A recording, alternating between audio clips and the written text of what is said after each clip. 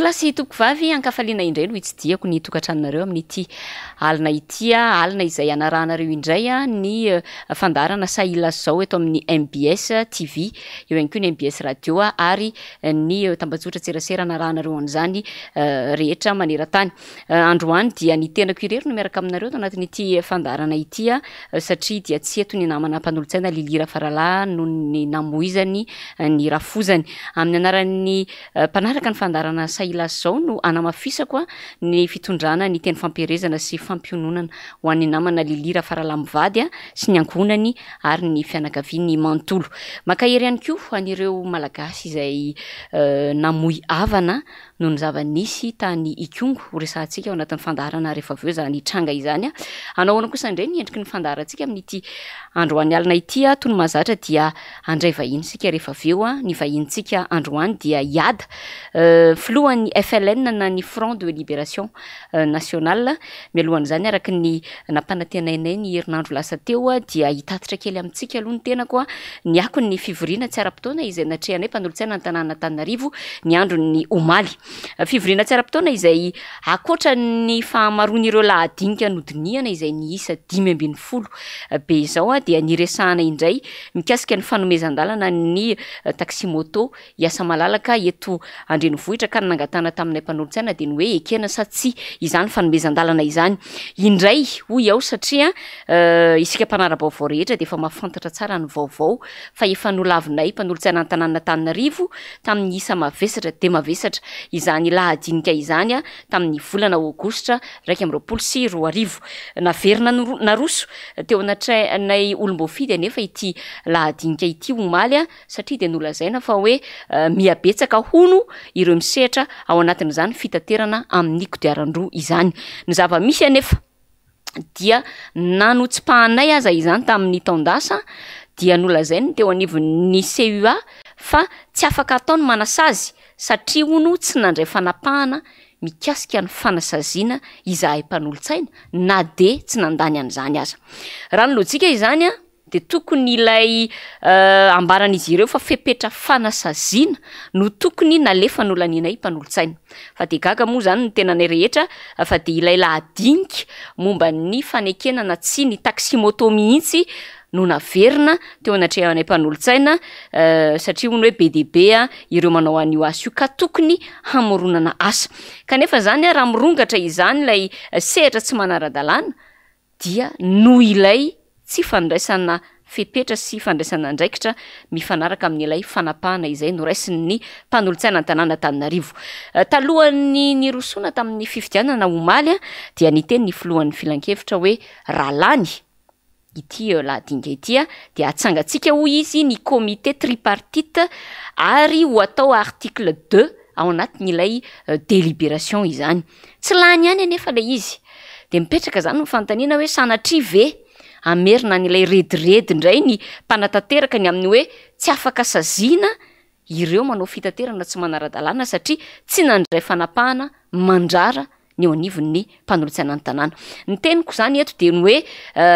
any ampitantanany tanàna zany ankehitriny mason'ny mponina Antananarivo renivohitra satria dia noavin'ny mponina sy ny tanàna Antananarivo no eo ampelatanan'izy ireo ka tsy tokony ho ataon'izy ireo kilalao izany ary indrindraindrindra dia tokony hajaina ny tany tandalàna satria raha tsy zany no misy dia hanjaka tanteraka ny gaboraraka ka dia ny mponina Antananarivo ihany no ho victime ao anatin'izany tranga rehetra izany. Zay raha fitinina kely ny zavatra nisy aloha raha tamin'ny andro ny omaly sy ny zavatra tena nisongadana tao anatin'ny fandinian'ny mpanolotsaina an-tanàna ireo lahadinika izay naroson'ireo mpanatanteraka izany fa dia iny resaka vaovao mafana teo anivon'ny filan-kevitry ny tanàna iny ihany koa no ndeha isataratsika ny resadresaka miaraka amin'ny vahintsika androany araka ny natsidiko teo dia iada avy amin'ny FLN na ny Front de Libération Nationale no miaraka amintsika indray amin'ity alina ity. Tonga soa ianao iada atao anatin'ny fandarana Sahila zao. Ia dia faly miaraba anao Raboto Clémence, faly miaraba ny mpanaraka ny fandarana rehetrarehetra ary dia ombako manana ny fiaraha-miory na amin'ny namana Lilira Farala na amin'ireo namana izay namoy fianakaviana tany Tsakanavaka tany Ikongo ary dia miraharo finoana feno ho azy ireo. Ahoana ny hevitra ao moa ireny hoe lahadinika efa tsy lany a de averina laniana indray a nefany a teo aloha efa tsy lany le izy tsy nandraisana fepetra mifanindran-dalana amin'ilay fanapahana izy andraisana. Ny tena olana eto amin'ny firenenana de ny resaka jurisprudence zay zany tena olana eto amintsika eto satria ny fandraisana n'lay jurisprudence zany de hoe ny zavajavatra rehetrarehetra na nentina tsy nentina atao tany aloha tany a de afaka atao fomba fanao aty aorina izay zavatra zay zany no manahirana fa nefany a ny atao hoe jurisprudence raha ny tena izy a de ny fanapahana tamina fitsarana anankiray ka hita fa nentina omby de zay no afaka tazomina ho ana fanapaha-kevitra raha ohatra ka tsy misy lalàna mifandraika am'ilay zavatra mitranga zany fa la izy a lasa ny atsika de hoe lasa ohatrany hoe fomba fanao zay tsy hita zay na ratsy azy de lasa zay zany no atao de raha diniatsika zany a raha ohatra hoe rehefa miresaka ny nareo tao amin'ny mpanolo-tsaina tao zany de misy miteny hoe efa fomba fanao io tany amin'ny députation tany amin'ny député tany misy lalàna efa tsy ndraiketina sy inana za moa tsy de tena hiditra detay na de tena tsy mitovy azy le izy fa le izy zany samy mahatsapa hoe tsy mety le izy anefa atao zay zany ny tena maharatsy azy de ohatran'izany tsy mampety an'lay anateo ary zao rehefa zavatra tsy mety ohatr' reny a de tsy tokony ho tohizana satria lasa fakatahaka indray le izy ho an'ny aoriana zany za zao ohatra ohatra zao miteny zao le ny mpanolo-tsaina anareo a mpanolo-tsaina miaraka aminareo misy miteny hoe satria ozy izy efa mibetsaka ozy izy le manao an'lay fitaterana amin'ny moto ka tokony ho atao zany zay ara-dalàna azy izy miteny fatany mahatsy ara-dalàna n'lay fitaterana am'lay moto zany fatany tsara mihitsy satria samy miara-malala anketrika fa misy lalàna mandrara ny fanaovana fitaterana amin'ny kitaran-droa tsisy carrosserie za moa fantatra an'zany de nefa n'izy zany hoe tena manamafy izy rehefa avy teo hoe satria le izy a efa lasa ohatrany hoe tsy voafihan'ny police communale tsy voafihan'ny commune ntsony le izy de ny dikan'izay zany de hoe ny zava-dratsy rehetrarehetra na de efa voararany lalàna ary ka tsy voafihan'ny police communale tsy voafihan'ny commune de izay tsy ara-dalàna izay a no andeha avadika ho ara-dalàna zany le zavatra eritserety ohatrany hoe ny mpangaro posy zany a rehefa tsy voafihan'ny polisy zay mihitsy de lasa zany a andao efa tsy voafehtsony io fangaronan'olona posy io fa satria efa maro ny manao asa fivelomana amin'io efa asa fiveloman'le olona mangaro posy io no ameloman'ny vady aman-janany de andao atao ara-dalàna le fangarona posy lasa tsy mety zany lasa zany zavatra zany za tsy miteny an'le resaka hoe taxi moto sy ny karazany taxi moto zany raha fa za no mitondra foana ho azy zany satria ireo taxi moto reo a natonga an'ireo nanao taxi moto nge nohony tsy fisin'ny asa nohony tsy fisin'ny asa nohony tsy fafahany mitady vola ahafahany mamelona ny vady aman-jany hoe afa-tsy io no materielina teo ampelantanany de io ny ampiasainy hanaovan'ny taxi moto ambiko io zany a tsisy anto tokony hevitra amin'io fa ny fanomezana asan'le olona ny famerenana ny asa ahafahan'ny olona manao fotsiny foana ho azy io taxi moto io satria tsy nisy olona ny eritreritra anao an'izany taxi moto zany ny moto zany efa ela be nisy teto Ramatoa Clémence tsy voamaly no moto nisy teto fa efa ela be tsy nisy ny eritreritra zany anao taxi moto zany fa noho le tena fahatereny le fiainana mafy loatra le fiainana am'izao no mahatonga an'ireo oloreo manao taxi moto noho izany rehefa mitondra firenena omeko setra izy ahafahany miasa dikan'izay tsy anao taxi moto izy ary za miteny aminao fa nareo taxi ireo arany ny atsasan'ireo latsaka kely sisa nitondra taxi satria ireo misy olona manam-pahaizana be deabe manana ny safidy asa be deabe reo manana ny tokony ho fivelomandreo fa noho ny tsy fisin'zay de lasa voatery manao an'io ka amiko ilay izy le fametrahana n'lay zavatra ratsy afaka averimberina izay ny tsy tiako am'le ady hevitra atao amin'ny commune zany sy ny fieritreretana fa misy zavatra tsy ara-dalàna eo kanefa lasa fidiram-bolan'olona de andao atao ara-dalàna tsy mety zany amin'ny fitonanany tany sy ny fanjakana satria lasa izay nge zany no anjary ho fatao eto am'ty fireneny ity de lasa tsy mety le izy raha ohatra kosany miteny ny police communale hoe tsy voafiantsony le izy miteny ny commune hoe tsy voafiantsony le izy mialaranga nareo fa tsy mafia mialanareo rehefa tsy mafe efa matsapateny anareo fa tsy vitanareo le izy de mialanareo fa aza mandray fanapaha-kevitra hafahafa tak'zany. Iny moa de vaovao isan'ny tena niteraka resabe tokoa raha ho an'ny teto Andrenivohitra manokana iada fa vaovao mbola amin'ny tanàna sainy maro mbola eto Antananarivo ihany koa satria tsika am'resaka an'izay fitantanana ny tanàna izay de ty resaka SMGD orinasa SMGD sy ny disadisa eo am'mpivarotra sy ny mponina mikasika ny resaka parking. Ahoana kosa indray ny fahitanao ny ndeha atao hoe fitsabahan'ny orinasa amin'ny asa andavanandro izay sahanin'ny commune urbaine Antananarivo. Voalohany indrindra aloha ny olona rehetrarehetra mipetraka eto Antananarivo nge mipetraka eto de hatram'izay za teraka teto de rehefa mividy tomobile ianao de mipetraka eny tomobile.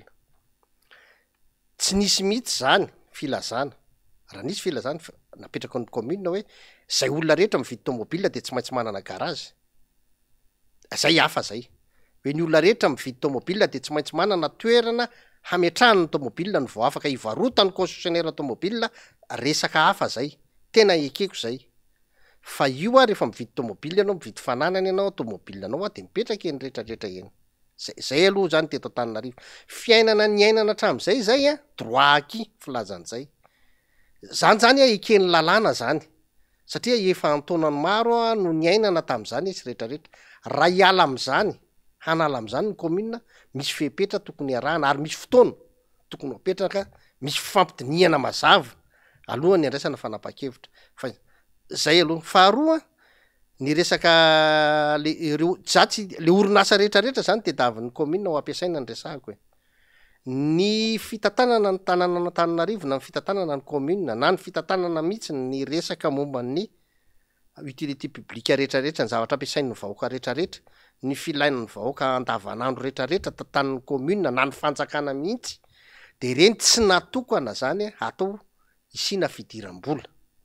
fa natokana hampirindra ny fiainan'ny fiarahamonina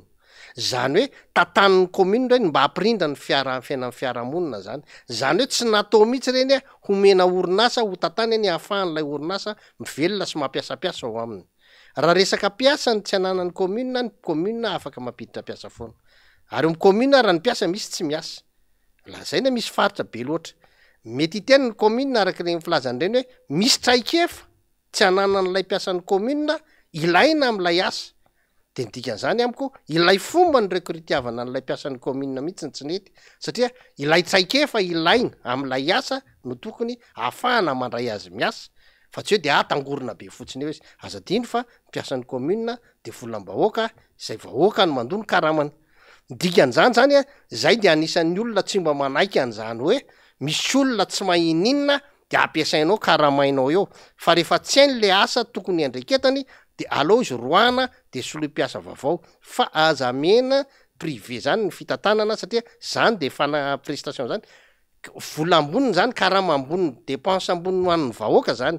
ny asan'ny commune de manamaivana ny fandanian'ny olona amin'ny zavatra ampiasainy andavanandro zay ny asany ary zay ny antony andoava-ketra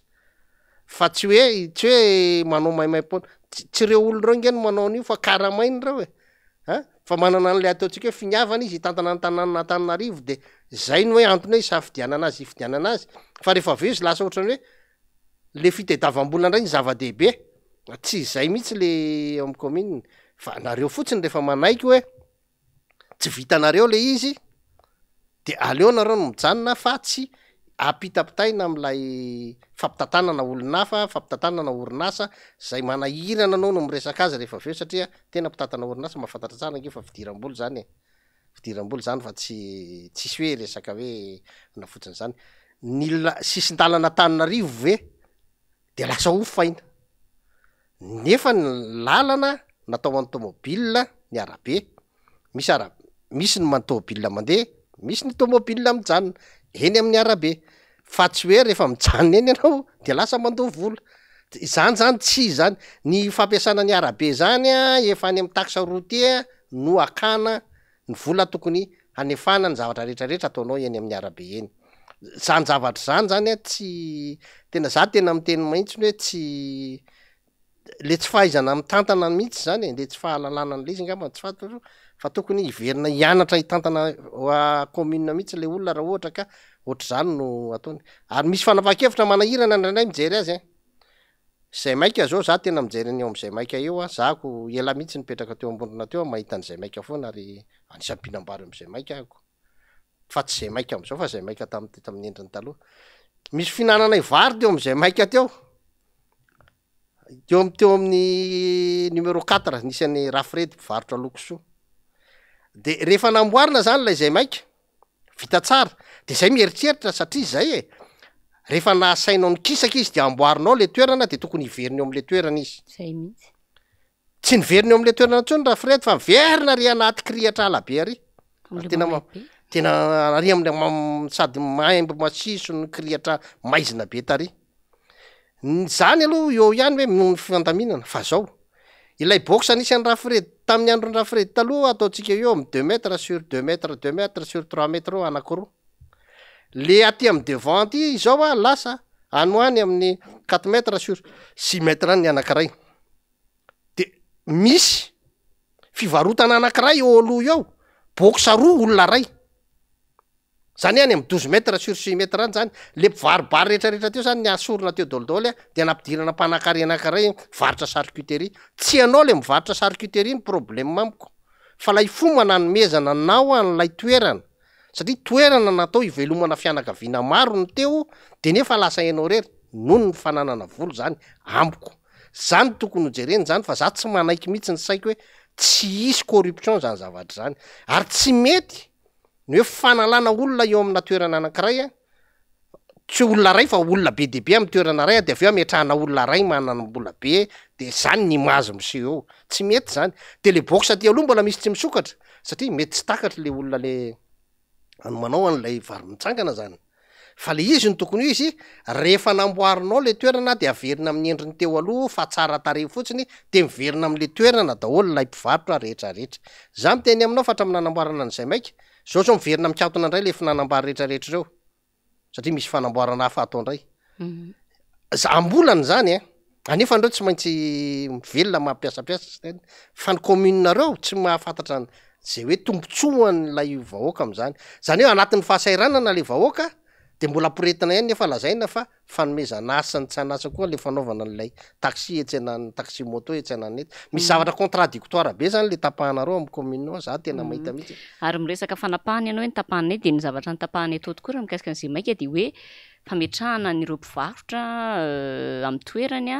sy fanitarana de mba hoe ampidirana mpivarotra vaovao mpivarotra hoe anymasaka ihany zany za zao gaga maheno anao ary manamarina zany zay voalazan'ireo mpivarotra taminay sy namina lilira faralany amin'ny hoe lasa misy mivarotra zay tenenao zay charcuterie misy lasa mpanamboly le toerana zany a eo anoloany ny toerana izay varotan'ireo mpivarotra zany a ao anatin'izay nefa zay zao anatin'ny ladinkanay maly a misy resaka hoe fananganana box zany zao tokony raha tokony izy zany tokony mandalo eo anivon'ny filan-kevitra municipaly fa de mahagaga fa de samy manao zay tiany moa zany ny mpitantana am'izao fotoana zao zany a raha zany tatitra ataonao zany resaka vaovao hafa kosa isika iada niverina ny tokony andray androany reo mpianatra ny votovorona tsy mety milamina mihitsy raha ity resaka fitokonana etsero ity ahoana ny fijerinao an'io olana sarobahana ve sa tsy ahitamba-olana zao aloha za rehefa mitondra firenena eo averiko am'le box anisy azy daholo le mpivarotra vary mitsangana sy le fisotroko ronono eo satria tena normal zany mba zay mba niaina ny fianakaviany nandritra ny taona maro izy ny velona tam'zany ary nametraka an'zany de averiko eo fa de za de efa miteny anareo na izy aniza mera eo tsy maintsy ho averiko amy toerana daholo daholo reny olona rehetrarehetra reny satria zay no aradrariny ny resaka fitokonan'ny mpianatra eny amin'ny université zany zavatra zany de tokony tsy hisy itsony zany ianao io zany rehefa mitondra firenena de alohan'ny hitondranao firenena efa fantatrao daholo ny problème rehetrarehetra misy de efa anananao ny vahaolana matoa anao hitondra firenena za efa mieritreritra an'zany efa fantatro hoe zao aby ny zavatra problème efa nisy rehetrarehetra zao ny vahaolana tokony isy amin'ny hoentina am'zany ary lay izy tsy hoe le famahana n'lay problème mihitsy fa fanafoanana n'lay problème tsy hiverina ary ny problème efa nisy taloha tokony tsy hisy intsony zay no atao hoe fitondranao ny firenena rehefa tsy voarindranao le fiarahamonina de mikorotana be ohatr'zay ny borsan'ny mpianatra tsy ho an'ny votovorony irery fa tonga de raisiko daholo izy rehetrarehetra reo vola tsy voaloha rehetrarehetrarehetrarehetra ny fanjakana tsy alohan'reo fa nainina ny tsy andoavana azy zay aloha voalohany indrindrany de raha miteny fotsiny tsika hoe misy mofilazany zany hoe listry ny mpianatra mbola misy tsy vita tsara le mpianatra nge tsy mpianatra isaky ny folo taona no ataony listy fa isa-taona zany eo vao miditra mianatra zany ny mpianatra de efa fantatra hoe reti ny mpianatra mianatra ato zany na atao am'le stylo ana dimanjato aryny de vita ka raha le stylo ana dimanjato ary tsy hay mampiasa le clavier rehefa mitendry clavier le mpanao le sezi miloko robaka any ambany mihitsy ny ekibetana noho izy le olona le fanondro noho izy ny ankizy satria na mitapo masina azy atsainy zany ny teneniny ankizy fa le izy rehefa tena jerenao ny resultat marina le teneniny olona hoe manao lista avy tsy vita n'lay fanjakana fa taro tsara fa tsy ny mpianatra no manao ny lista fa ny fanjakana tsy ny mpianatra no manao listy ny mpianatra eny akatso fa ny fanjakana tsy ny mpianatra no manao listy ny mpianatra eny vodivodina fa ny fanjakana ny mpiasam-panjakana lazaina fa misy fantôma io a tsy ny mpiasam-panjakana no manao ny lista fa ny fanjakana ka rehefa tsy mety ny lista tsy mahininina zany lay fanjakana asory amy toerany le olona tsy mahininina e rehefa tsy vita ohatr'zay le lista asory amy toerany fa tsy lasa hoe izay no ataonao hoe tsy hafanao mandohan'lay volan'ny ankizy faharoa manarakaraka an'izany ny posta tam'izay marina nge tenen'ny ankizy mizara taratasy reny taloha zay rehefa mba manoratra taratasy manoratra tsekri alefa posta ainy miposta tsara mizara ny taratasy misy timbre fa ty fizaram-boly ty ohatra ny nanahirana azy ty ka averenao amy tokony ho izy le izy rehefa tsy vitany posta fa aloha ny posta izara taratasy any aloha fa lasa manahirana be le izy ny borosan'ankizy zany tsy tokony anahirana zany tokony za zany tena ary eo manko ny anazavaiko tsara amin'ny olona rehetrarehetra sy ny ray aman-dreny ny fanjakana mitondra fanjakana zany de mahafantatra tsara fa ny mpianatra eny amin'ny université ho avy ny firenena zany de manomboka eo amin'ny université fa tokony fanjakana no mandray ny volalany rehetrarehetra aminy zany satria efa ny ain'ny fanjakana no ho azo ny fanjakana no goka ny vokatsoa ho azo am'izay mpianatra tafita eo zay ny mahatonga ny borsa ny fomba fizarana azy ny mety hoe ny fanomezana azy hoe misy hoe tokony 1 tiers 2 tiers 3 tiers fa le izy droit an'le ankizy le izy borsa ny équipement tsy hoe karamaina izy raha omenao an'io fa zoany zay efa nomenana azy zay de zay de omenana azy le izy fa io zao le tsy voalohany de manontany io nge ny ankizy fa misy tamin'ny heritaona tsy hitapoboka misy efa-bolana sa 4 volana izy nefany volana rehefa mivoaka ny ery amin'ny resaka mombany amy budget mpanjakana tsy voalaza any fa hoe reto tsy naloha reto de miverina ato tsy hitapopoka tanteraka mihitsiny zany zavatra zany mila zavatra jerena tsara ary zany ny zavatra manahirana amin'io resaka hoe borsa sy ny karazana io borsa zany tokony tsisy olana zany karaha mampiasa mpanjakana zany tokony tsy misy olana zany ny volan'olona rehetra karamany sekrenina zany tokony tsisy olana zany tokony ho voalofoana zany fa matoa anao tsy mahalohan zany tsy mahay ianao ianao no manao an'io asa io ny ianao nge no mandohan'le vola olona fa ny anjaran'le olona mandray azy zay so de tsisy vola kosa fa tsy hoe tsy mahay ny orinasa mahaty antoka ianao no tsy mahay mitantana mahatonga maty antoka ny orinasa tantaninao tsy afaka mandony karamampiasa ary ny resaka momba ny karamampiasa mpanjakana zany ietraka io milimiara be hitatsika budget iko aonako zany tsy aloavana an'io le izy nge ao le olona nge miteny ao le voly fa rehefa manazava izy de eo am'lay fomba fanaovana n'lay resaka fitantanana arataratasy no tsy atinombana ka izy le tsy mahatinombana azy fa nga le olona tokony andray vola ianao mitondra fanjakana re tompokony tsy mahatinombana an'io raha tsy hay le izy ajanony fotsiny zany hoe zay hitantana firenena rapitsa aloha zany de isahirana ihany ray zao no izy tena tsy tena hoe hosahirana ohatranay izao mivonina de tsy hosahirana zany satria efa mahafantatra hoe ary efa miomana tsara mihitsy hoe azo zao ny zavatra atao tsy tokony hiverenana tsony tsy io nge rehefa trosa zany nge rehefa ialanao bala zany de mitombo ao foana fa rehefa alohanao indray mandika zay de zay alohanao tsara ara-potoana ny karama zay zao manana orinasa mandoko karamampiasa ara-dalàna tsisy mpiasa amy grevy zany tsy andraikitry ny mpiasanao mihitsy ny mieritreritra anao hoe tsy manam-boly anao tsy maintsy alohanao ny karamampiasa anao faraky ny efanresako ty rem-piandohan'ny fandaharana iady dia vaovao niteraka resabe tokoa ilay fitofiran'ny zandary fokon'olona tany ikongo nosamborona ny olona efatra voatondro fa nakakeriny zazavarira sy namonina afaty tamin'ny fomba feno abibina ny reny izy azy io nitaky ny anomezana azy ireo anaovana fitsaram-bahoaka ny fokon'olona zany kanjo zany de niaran'ny tifitra avy amin'ny zandary izy ireo nanamartena moa ny zandariny amin'ny antony nahatongavana tamin'izay tranga izay androany zao nisy fanambarana nataon'ny député Brunel mitaky ny hoe inona ny tena marina mikasika n'ity raharaha ity ahoana ny fijerinao an'ity zava-nitranga tany Kongo ity. Ny aloha ny zavatra misehotra an'io tokony tonga de voalohany aloha fisaonana fobe ho an'ny firenena. Zay aloha deuil national tokony misy fisaonana aloha ataon'ny firenena ary tokony ajanona daholo aloha zay resaka fetifety rehetra mba iarahana miory amin'ilay olona reo. De ataontsika hoe le fomba nahafaty azy manko de tsotra kely ny fanjakana sy ilay vahoaka noho ny fandona de nisy faty olona zay ny mahatonga anako miteny an'izany. Mihoatra ny 9 mihoatra ny 20 ny olona maty isan'andro eo amin'ny fiainana andavanandro. Tsy le isan'le maty zany no resako eto fa lay fomba nahafaty azy de hoe ny fanjakana ny fandona tamby vahoaka no nahafaty reo olona reo. Tokony misy zavatra ngeza be zany raisina am'izay tokony misy fisaonam-pirenena aloha satria aina nalatsaka mpitandro ny filaminana reo. Ninina nahoana fomba ilazantsika azy. Fa izao tsika rehetrarehetra zay le teneniko hoe le mitondra firenena mila teny. Miteny zao io zavatra io de iten'ny olona hoe izany fitsaram-bahoaka zany nge efa nisy foana hatram'izay. Eny efa nisy foana ny fitsaram-bahoaka hatram'izay fa lay olona mitondra tsy manana politika na fandrindrana ny fiarahamonina mifanaraka amin'ny tsy hiverenan'izay. Nandritra ny fotoana nitondrana nanomboka tamin'ny 2009 ny nakaty na nanomboka tamin'ny 2018 ny nakaty azy izy nanomana an'izany efa tokony tsy hisy tsony zany satria zany rafitra apetraka zany. Ny fitsaram-bahoaka samy miteny daholo fa tsy fatokisan'ny vahoaka ny fitsarana, tsy fatokisan'ny vahoaka ny mpitandro ny filaminana mahatonga ny fitsaram-bahoaka. Efa tokony efa nilamina ela be zany. Inona no voalohany aloha ny CFM tsy manao ny asany. Ny CFM de tsy manao ny asany mihitsy ny ary za de miteny hoe tsisy laivana ny CFM ntsony. Tsisy asa hatram'izao firy taona nisy iny bilan CFM zany amiko 0.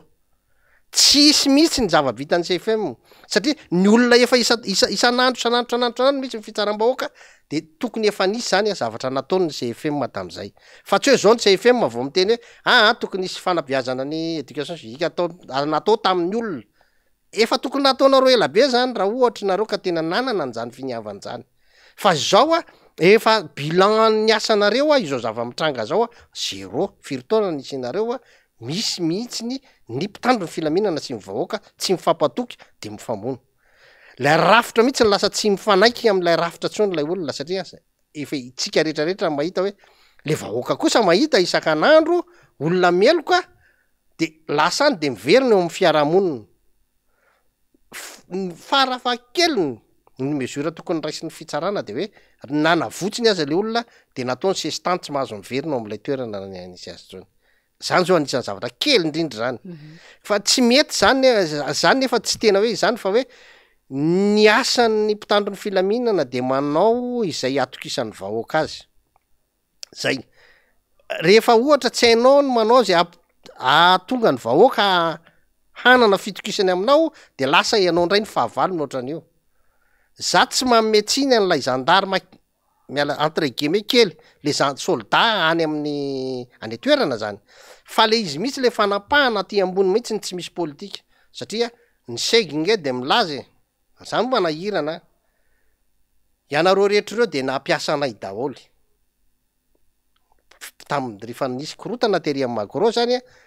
de niteny ny tao amin'ny RMDM hoe za manaiky atao fitaovana politika nareo de namaliny zareo hoe ianareo rehetra reo de nampiasa anay daholo. De za de gaga. Voalohany indrindrany aloha io le segy miteny io de amin'io fotoana io izy vao nahazo an'io toerana io donc tsy izy na ray fanapahan-kevitra teo aloha mety tsy ho zay ny fanapahan-kevitra ndraisan'olona fanapahan-kevitra teo aloha fa tena ho fiarovana ny institution. Fa ny azy zany matoy zay ny teneniny de confirmeny hoe fampiasana ara-politika lay ataony eo. Nampiasanay ohatranao izao daholo izy. Dikan'izany zany tena fitaovana politika izy eo. Dikan'izay le olona mahita an'iny amin'ny télé sy amin'ny radio de mahita zany fa ny lehibean'ny gendarme de milaza fa ny gendarme zany fitaovana politika. De raisin'ny olona rehetrarehetra ny ambanivohitra. Ka normal le olona any ambanivohitra rehefa avy eo tsy manaiky azy ho miaro ny vahoaka sy ny fananany satria ilay sega efa nilaza fa fitaovana politika izy. Gainao maro tona tournevis. Ko fitaovana. Zany tena tsikeko mihitsy. tsy marotona tournevis ireo gendarme reo ka hoe fitaovana tsia hiaro ny vahoaka sy mifananandreo ary hoan'ny lalàna sy tanyrazana fa ianao lohany no mampanao an'izany lasa le baiko anao a no tsy maintsy taterahan'le olona any de le baiko asainao taterahan'le olona any zany tsy mandeha am'izay loany fa lasa lay baiko politika aty ambony zany no alefanao any a de lasa tsy mandeha am'izay mampalaelo nge mieritreritra an'le gendarme sur place eny satria le baiko tsy tena tsy mandeha am'le asany izy zany fa ny asan'ny gendarme de aleo izy hiasa araky ny lalàna araky ny asa tena asany fotsiny amin'ny maha-gendarme azy ary eo moa zany ny tokony misy mihitsiny za de miteny fa ny amo CFM io fa tsy ekeko tsony io tsy navity ny asany fa tokony misy mihitsiny a famerenana zany ny asany fifandraisany ny mpitandro ny filaminana sy ny vahoaka ary mpitandro ny filaminana tsy tokony anao tsony an'le hoe ny vahoaka anao tsony tadiny mpangalatra asan'izay fa isan'ny niteraka resabe ihany ko iada ny momba ny gouvernoura na loatra mangory izay no ampangainy ny fikambanana vahiny iray ho nanao fihetsika mamofady tamin'ireo vehivavy vahiny na mitahiraka ho an'ity rafitra ity tany amin'iny faritra izay didiny io gouvernoura io nisy ihany ko ny fanazavana netiny ity farany fa ny fantaniko de hoe maresy lahatra sy mitombona ve ny fahitanao an'izay fanehoan-kevitra izay nataony gouvernoura izay le toerana gouverneur mako de toerana tsinara eo amin'ny rafitra ny fanjakana satria toerana efa saika tsy nisy de nisy tampoko de izay zany tsy magaga le olona amin'ny tanany io toerana eo raha somary ohatrany hoe mieboebo zany lay vehivavy voalaza telo reo de fikambanana vahiny ary io tsy manana ininona zany hoe fifanarahany ininona amin'ny gouverneur mba nafahany ny asa tao fa raha ny fahafantarako azy de fanampiana sy asa sola ataon'le olona fifanampiana dikan'izany zany raha tianapaka ny fiaraha-miasa fotsiny izy am'izao hoe noho ny tsy fananana ohatr' zany nafaty izeny de tapahany fotsiny fa matoy izy tena nanao an'lay antony hoe ny antony anapahanay n'le fiaraha-miasa de satria noho ny fihetsika tsy mety nataon'lay gouverneur taminy za zany de tena manaiky kosa fa misy zay ny olona ny velany nge tena arahany tsara tsakasendava ny lalàny ny zoany anazy droit attouchement io tena zoany zany ny etsika mety tsy ho zay le kolotsaina n'lay gouverneur fa de hafa manao an'le fihetsika tsy mety zay de zay zany fa ny izy any tena izy io no manahirana amin'ny olona tendritendrena fahatany tsy ny omana hitondra tsy ny omana hitana n'lay toerana de tsy manana n'lay toetra tokony hafahana mitazona n'lay toerana zany tsy manana n'lay personnalité mihitsy de lasa manaonao foana fa ianao raha gouverneur zany hoe tena gouverneur zany tokony fitaratra raingezabe anao zany eo amin'ny fiarahamonina ary tsy tokony ary nesana zavatra hafahafa ohatran'izany zay fotsiny ny a zany ka ninina ho teny an'nya gouverneur za miteny anazy fa raha ohatrany eo tokony efa ela izy ny ala zay any tsy kolotsainan'le mpitondra mihitsy aloha trito aloha zay kolotsainany fametraha-pialana zay akoatran'izay isan'ny ataontsika hoe scandale ihany ko miparitaka am'izao fotoana zao indrindrindrindra miparitaka eny anivon'ny tambajotran-tserasera de ny famoahana IST an'ilay sefokotany teny anala mahitsy izay noesorina tamin'ny toerany avy eo niaran'ny fandrahonana maro samihafa maromaro ihany zay sefokotany esorina nde atao hoe manta izay ho an'ny boriboritany faharoa ny boriboritany fahadimy ary voalaza fa misy diantana ny solom-bavambahoaka IRD foana ao ambadiky ireny fa nisorana sefokotany ireny ahoana ny andraisanao an'izany rehetrarehetra izany ny fifidianana raha teo misy idirany amin'ny resaka fifidianana teo le fanarana sefokotany io tsy eto Antananarivo ihany eran'ny Madagasikara io zay mitety faritsy io tena mahita eran'ny Madagasikara io ary tsy azo inao eritreretina zany hoe fandroana sefokotany zany de tsy hoisy zany nge olona place politique ny olona fitondrana tsy maintsy izy zany manendry an'izay petraka eo am'le fokotany fa izy no resahantsika eo hoe tena misy kajikajy politika am'le fifidianana ho avy amin'ny 2023 tena mariny zany ary aleo ry zareo ny anazava raha mieritreritra ny tenany hoe tsy mariny zany satria ny olona rehetrarehetra de efa mieritreritra fa tokony hofidina ny sefokotany na tsy voalaza ny naty lalàna tsy haiko na aniny zany ny olona iny fotony de mieritreritra fa tokony hofidina ny sefokotany inona ny antony de hoe rehefa nifidinao le sefokotany zany de tsy lay antoko politika zany no manendry azy am'izay fotoan'zay fa lay vahoaka eo ary ny olona mifokotany mifankalala izay zany le anton'le izy manahirana ny olona de ny fampidirana sefokotany misy nge sefokotany tsy mipetraka eo am'le toerany tendrena am'le toerana asaina mipetraka ray volana eo am'le toerana de mipetraka ray volana am'le toerana de afaka tendrena sefokotany zany manahirana an'le olona eo tsy le olombelona le ataonao sefokotany iny nge ny olan'ny olona fa le fomba nametrahana azy ho sefokotany zany raha izay sy le fomba fanendrena nlay manaraka azy rehetrarehetra satria indraindray misy prala mpianata mpizoda ny sekretera sy ny trésorier sy ny président ny fokotany manana anjara andraikitra lehibe ny fokotany mato olona mikarama 3 alina ray ary fanjevona ohatran'eo misy antony ngezabe eo misy intérêt ngedabe eo matoa karamana 3 alina ray ary na 4 alina ray ary fanjevona ohatran'eo misy antony ngezabe eo zay zavatra zany tokony ialana zany satria raha olona karamainao 4 alina ray ary na tsaiko na iza le olona de tsy fantatro na mopera ary natao tsy ho velona am'zany angambany anefa le olona de velona mirijarija ary tena ifapediavana le toerana dikan'izay misy risirosy be dehibe manodidina an'izay zany de efa fantatry zany de tokony ho alaminy tokony apetraka ny fifidianana ny filopokotany atao araka ny tokony izy ny karamany zay ny tokony izy de foana le zavatra rehetrarehetra reo ny fametrahana an'ireny hoe IST sy ny karazan'ireny efa abus reny abus zany ny olona rehetrarehetra tsy haiko ka de tena criminel be le raha de zako miteny an'izany fa tsy olona kely ny karama 2 alina sy 4 alina no andeha anaovana an'izany hoe asina IST asina an'izao tsy niana rehetrarehetra zao fa tokony reo nanodina volamena zany tokony asina an'izay resaka volamena ianao 7 kilomètre no tratra ihany ny resaka fanondranana tsy misy fetrany tsy misy farany itsika hoa tena za rehefa miresaka eto de mieritreritra foana ny le raha mato mpitondra teny ny filohan'ny repoblika fa iny hoe tsy mpampaninana manona ny anarany i Rina Rakotomanga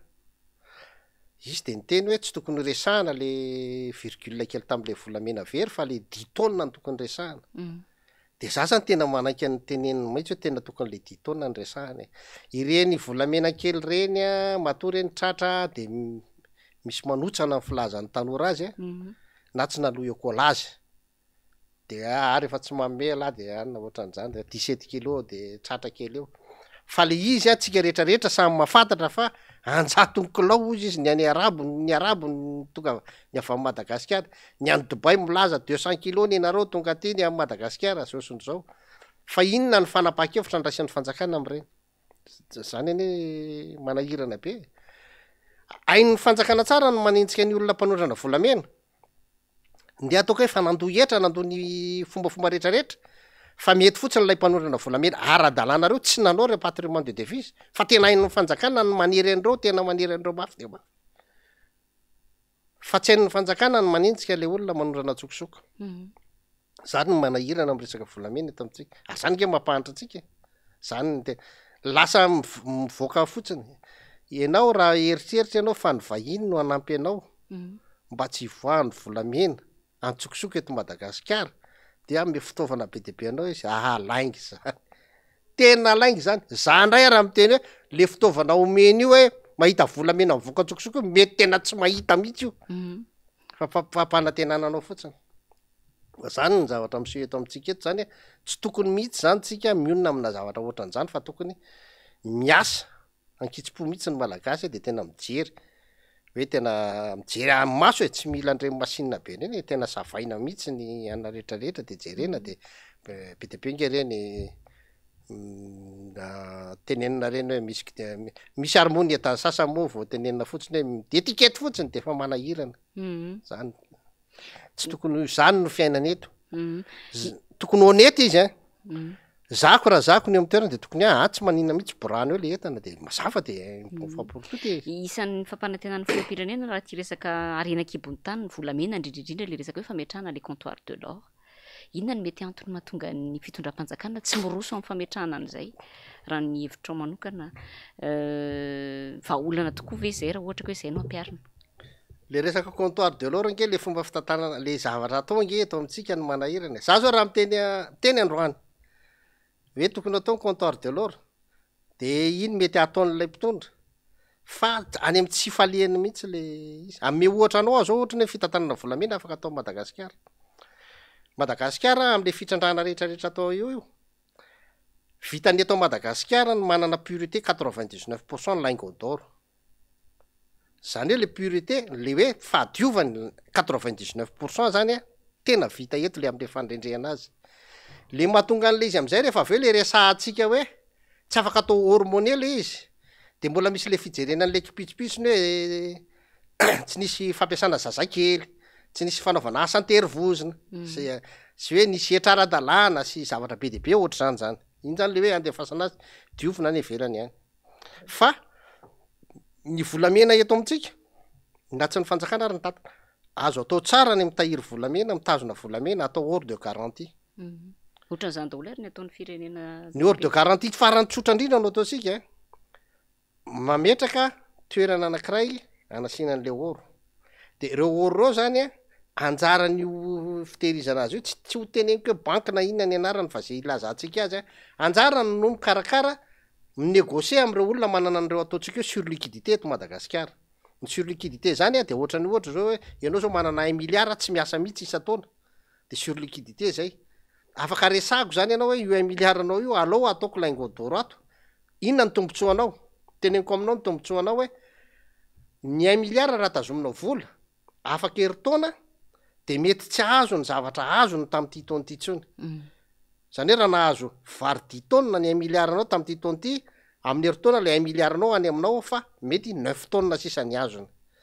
fa ny tombony ray raha ohatra ka apetraka ao ato am'le hors de garantie le izy raha nanana 1 milliard ianao 1 kilo d'or de afaka herintaona manana 1 kilo d'or anao fa 1 kilo d'or io mety efa 1 milliard 100 millions amin'ny herintaona tombo zany le volanao zany hoe manana garantie ny oro foana ianao ary afaka alainao foana io ato moment fa anjarako no mandamina zany ny fipetraka zay sur liquidité any aminao zay de ny vola azoko any aminao iny alefako ampiasain'ny tatsa sy ny ana rehetrarehetra zay tsy very fa miverina amin'ny orinasa rehetrarehetra misy orinasa tena fahity am'izao afaka omenao vola de afaka miverina miasa izy fa miverina ihany io fa anjana-bola kely de kely tena mifaninana amin'ny banky zany ary mety tsy hahafaly amin'ny banky zany no mahatonga azy tsy atao zany mahatonga ny tsy mety ny banky tsy anaiky an'izany tonga de misy anina be de be satria ny akabiazan'ny olona manam-bola eto amitsika de manana tombontsoa amin'ny banky de zay ny tsy hahafahana manao azy fa io tena décision politika zany no hahafahana mametraka an'izay izay koa ahafahantsika mahita tsara ny reto vahiny be de be manondrana ny volamenatsika za ndray tsy sarotiny raha mifomba ara-dalàna ny fanondrana ny Sri Lankeny sinoa ny inona ny zavatra eto amitsika fa le izy amy tsy ara-dalàna ndraiky io zany de tena tsy akeko na gasy na sinoa na vazaha manao azy de tsy mety fa tokony mandeha amy tokony ho izy ihany satria lay vahoaka tena tompony ny lasa tsy migoka n'lay tombomarotra azo avy am'lay izy izay zany ny tena anina amin'io fa raha ny volamena eto amitsika tokony havelona atsika tsara zay ny manana an'le politika an'le hoe tsy miankin-doha tena azo atao tsara le izy fa raha mila zany ianao olona mahay mahafeha an'le izy fa tsy hoe tenenina le izy de tenenina fotsiny io lasa miteniteny foana rehefa avy hoe zay tsy mila ny banky mondial sy ny FMI fa sosiny ana nefany zavatra tsy fiteny mihitsy le lasa tenenina am'le izy farany ny filoham-pirenena dia milaza fa hoe tsy misy krizy eto Madagasikara ho an'ny fitondram-panjakana zany aloha hatreto de hoe mbola milamina ny raha-pirenena zay tokoa angamba mahatonga azy ireo miteny hoe tsy tokony hirosona zany resaka fikaonan-do-pirenena zay takinareo anivon'ny fanoherana misy koa nefa etsy andany milaza fa tsy vahaolana ity resaka fikaonan-do-pirenena ity inona no amalinao azy ireo mikasika an'izay afahako roa samy hafa le resaka fitakina nge le anaovana conférence nationale io nge anisany zany le am'le resaka momba fifidianana tsy hoe misy crise eto de ho atao zay tsy zay ny antony angatahana an'izay fa ny antony angatahana an'izay de hoe hita ny voka-pifidianana teo aloha de namoaka ny heviny na ry Andriamatoririrakonarivo na ry Union Européenne zay nilaza ny samy tsy fetezany fifidianana tamin'iny ny mpanao politika rehetrarehetra ary azadino fa ny mandaterany flo Andry Rajoelina tamin'izy candidat no nanohatra voalohany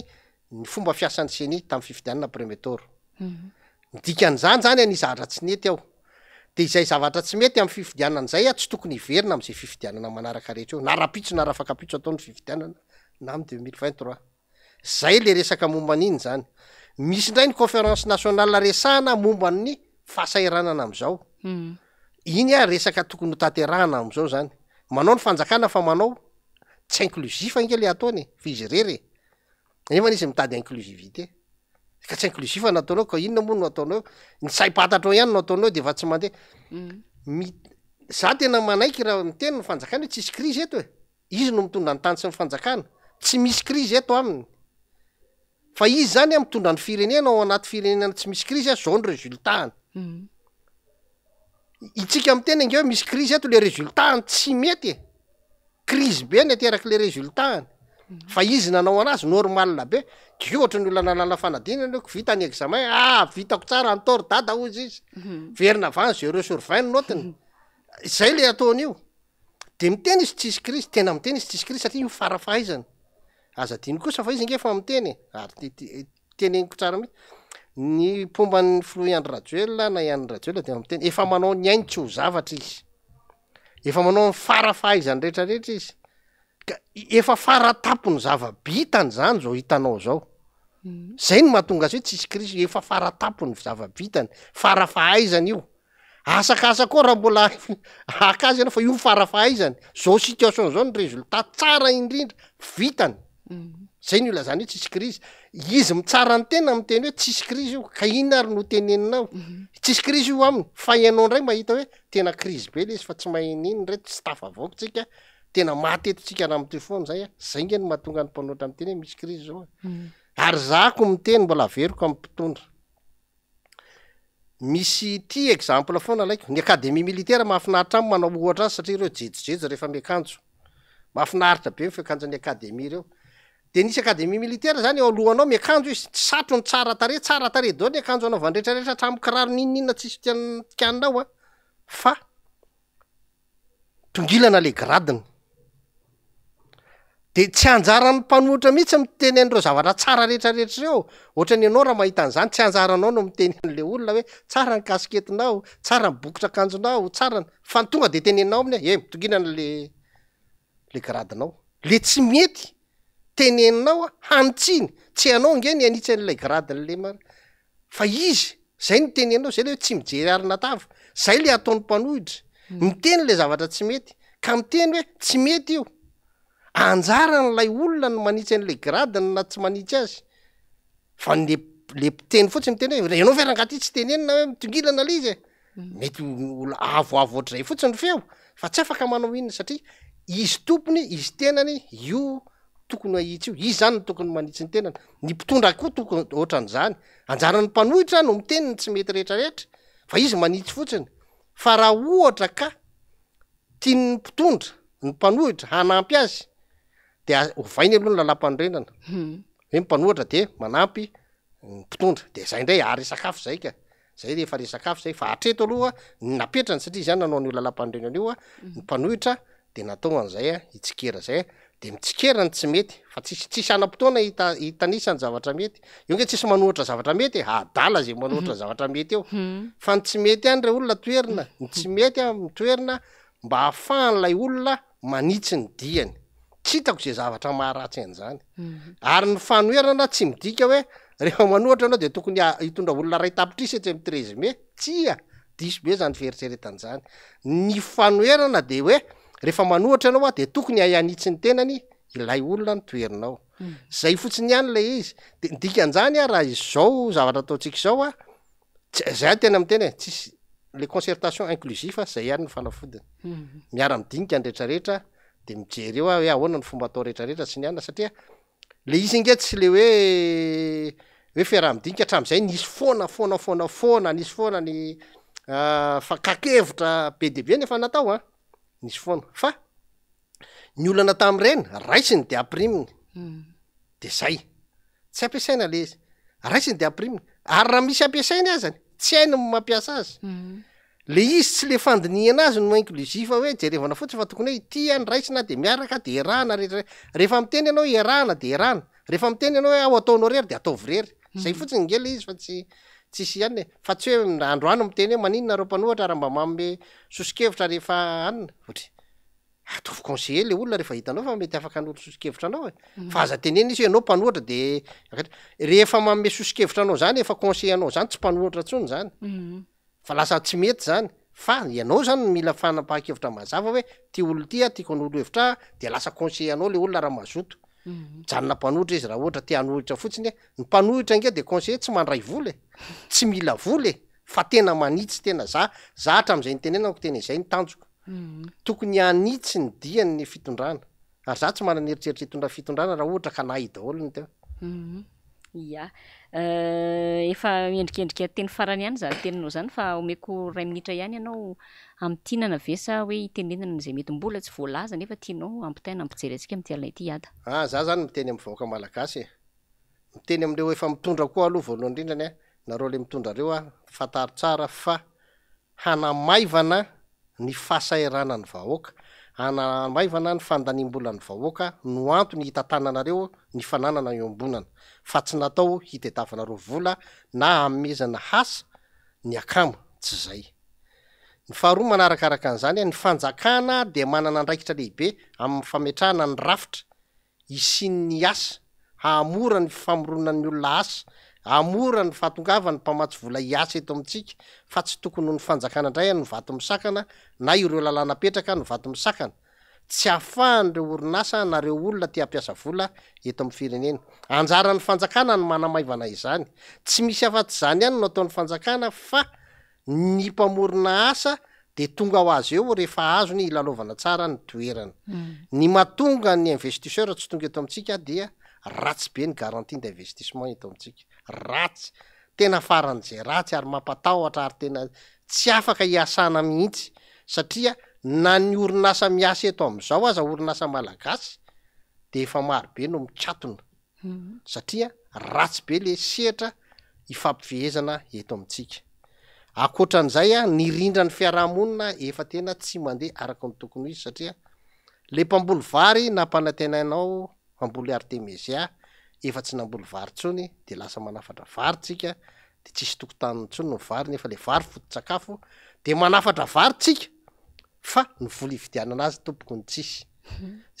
zany le zavatra tokony ho apetraky ny fanjakana tsara eto tsy misy mihitsy ny manometsiny ny mpitondra tany aloha fa zay mitondro ihany no mena tsiny satria ianao no mitondra eo za fotsiny de miteny ny mpitondra rehetrarehetra zay tsy mahavity ny asany tena tsara le tompoko mametra fialana